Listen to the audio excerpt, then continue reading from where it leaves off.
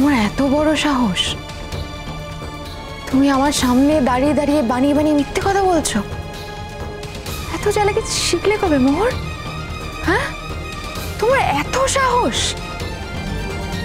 এত সাহস যখন হয়েছে না মোহর, তখন তোমাকে এই সাহসের দাম দিতে হবে। তোমার মতো স্পয়েল স্টুডেন্টকে কি করে ঠিক করতে হয় সেটা আমি খুব ভালো করে জানি।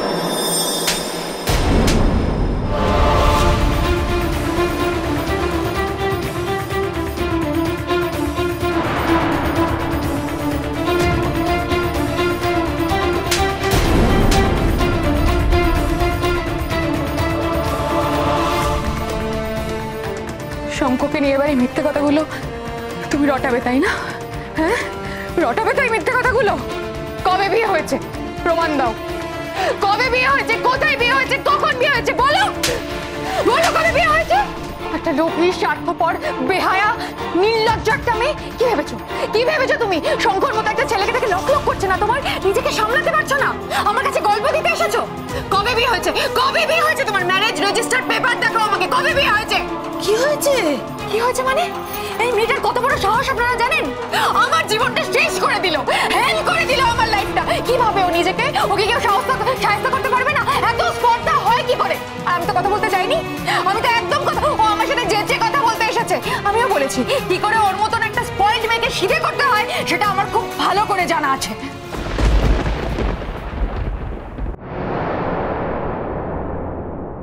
ম্যাম, আপনি আমার গায়ে হাত দিয়ে অনেক অন্যায় করলেন। আমি আপনাকে একটা সত্যি কথা জানাতে এসেছিলাম। আপনি সেই কথাটা বিশ্বাস তো করলেন না, বরং উল্টে আমার গায়ে হাত দিলেন, যেটা আপনার এখতিয়ারের বাইরে। Shut up! তুমি আমাকে এখতিয়ার শেখাবে? তুমি আমাকে এখতিয়ার শেখাতে এসেছো? অসভ্য মেয়ে কোথাকার! বাবা মা শেখায়নি, শিক্ষা দেয়নি তোমার বাবা মা তোমাকে? হ্যাঁ, কলেজে কি করতে এসছো? পড়াশোনা করতে না প্রেম করতে? একটা ভালো ছেলে পেয়ে তার মাথা মুড়িয়ে খাচ্ছ, তাকে নিয়ে সোনার দোকানে যাচ্ছ।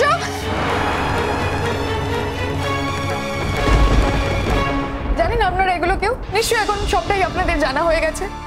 ও শঙ্কর থেকে সোনা গয়না নিয়েছে, আগেও নিয়েছে, আবার এই দিন সোনার দোকানে নিয়ে গেছিল।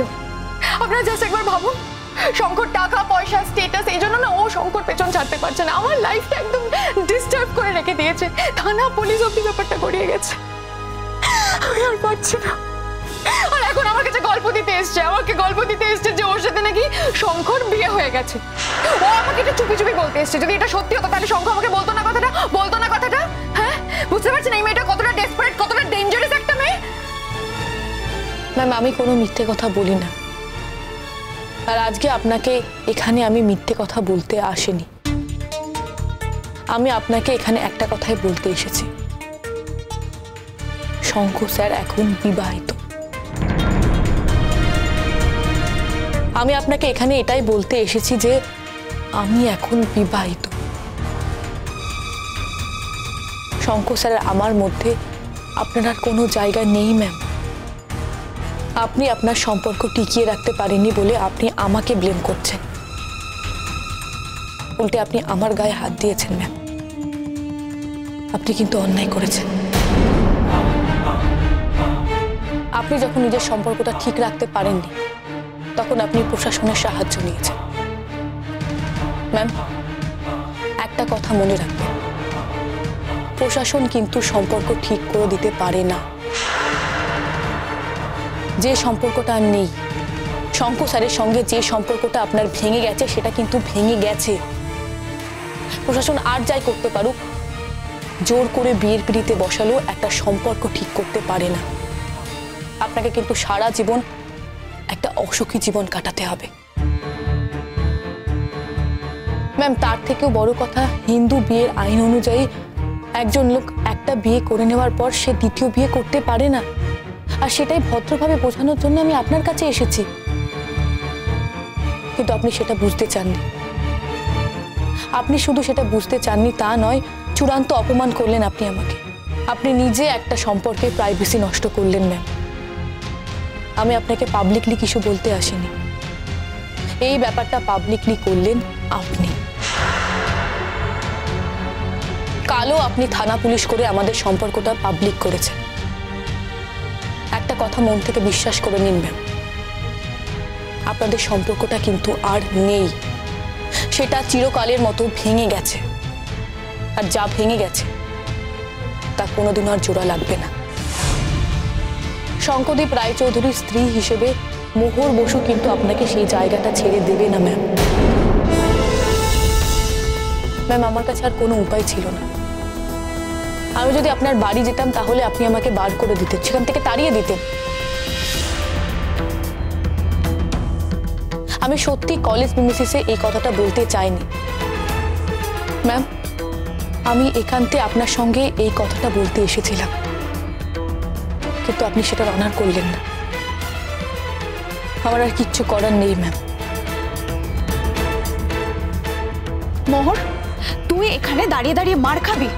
তোকে স্যার বলেছিল এখানে দাঁড়িয়ে এই কথাগুলো বলতে? কি যাই এখানে, যাও তো এখান থেকে। আরেকজন। ম্যাম, আমার বন্ধু এখানে বিপন্ন অবস্থায় আছে, এমনকি আপনি ওর গায়ে হাত অবধি তুলেছেন, আর আমাকে বলছেন আমি কি চাই? এই অবস্থা থেকে ওকে বার করতে চাই। আর কি চাইতে পারি আমি? আপনি শঙ্খ স্যারের নামে থানায় গিয়ে কমপ্লেন করতেই পারেন, বলতেই পারেন যে শঙ্খ স্যার আর আপনার সম্পর্ক ওয়ার্কআউট করছে না, আর শঙ্খ স্যার আপনাকে বিয়ে করতে রাজিও হচ্ছেন না। সেরকম মোহর বসুও না থানায় গিয়ে আপনার নামে অভিযোগ করতে পারেন যে আপনি ওর গায়ে হাত তুলেছেন। হ্যাঁ ম্যাম, আইনের ঊর্ধ্বে কেউ নয়, এমনকি আপনিও নন। খুব ভালো করে মনে রাখবেন সে কথাটা। মোহর, তোকে তো আমি 1000 বার বারণ করেছিলাম এখানে আসতে আর ম্যামকে এইসব কথা বলতে। তুই এখন বুঝতে পারছিস তো ভালো করে তোকে কেন আমি বারণ করেছিলাম? তুই এখন এখানে দাঁড়িয়ে থাকবি? চল এখান থেকে এক্ষুনি চল। ম্যাম, আপনি আমার টিচার, একদিন হলেও কিন্তু আমি আপনার কাছে পড়েছি। তাই এই যে আপনি আমার গায়ে হাত দিয়েছেন, তাতে কিন্তু আমি আপনাকে ক্ষমা করে দিতে পারি।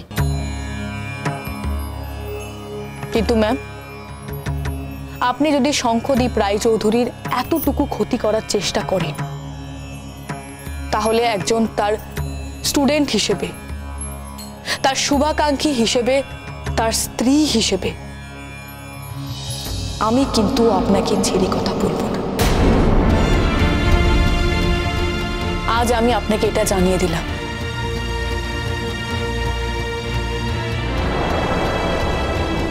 শুনলেন আপনারা? শুনলেন? আপনাদের সবার সামনে তো ওই কথাগুলো বলে গেল। শঙ্খ নেই? শঙ্খ আজ আসেনি এখনো এখানে? শঙ্খ এলে আজ তোমার প্রথম কাজ হবে এটা শঙ্খকে জানানো। ওর এত বড় সাহস হয় কি করে? ছি ছি ছি ছি ছি, একটা স্টুডেন্ট হয়ে তোমার এত বড় সর্বনাশ করে গেল, আর তোমার মুখের সামনে বলে গেল নেই ওদের বিয়ে হয়ে গেছে। এ তো ডাহা মিথ্যে কথা একটা। আমি মেয়েটাকে ছাড়বো না, এই মেয়েটাকে আমি কিছুতেই ছাড়বো না। ও যতই এই কলেজের স্টুডেন্ট হোক না কেন, ওকে আমি এই কলেজ থেকে তাড়িয়ে ছাড়বো।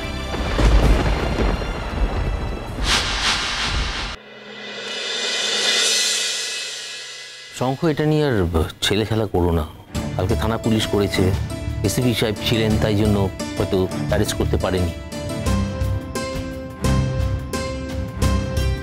কিন্তু এরপর যে আরো নতুন করে কিছু করবে না তার তো কোনো গ্যারান্টি নেই। কি করতে পারবে করুক না, দেশে আইন কানুন আছে তো, সবকিছুর একটা শেষ আছে বাবা। যদি আইনের বিচারে আমার শাস্তি পাওয়া ধার্য হয় হবে, কিন্তু আমি তো এমন কিছু করিনি যে আমি শাস্তি পেতে পারি। মেয়েটা ভীষণ আপসেট হয়ে রয়েছে, মুখে কিছু বলছে না। এতদিন কলেজ যায়নি, আজ কলেজ গেছে। হ্যাঁ, আজ আমার কলেজে যাওয়া হয়নি। তুমি শাশ্বতী আমাকে ফোন করেছে, চেষ্টা নাকি ওর সাথে মিসবিহেভ করেছে, আমি গায়ে পর্যন্ত হাত দিয়েছে। আমার ওয়াইফের গায়ে হাত দেওয়ার সাহস ওকে কে দিয়েছে সেটা শুধু আমি জানতে চাই। সে কি শঙ্খ, ওই মোহর তো আমাদের কিছু বলেন? বলেননি? মোহরেরও দোষ আছে। মোহর আমার কাছ থেকে পারমিশন না নিয়ে কেন গেছো? কোথায় কোথায় মোহর, কোথায়? ডাকো মোহর, মোহর।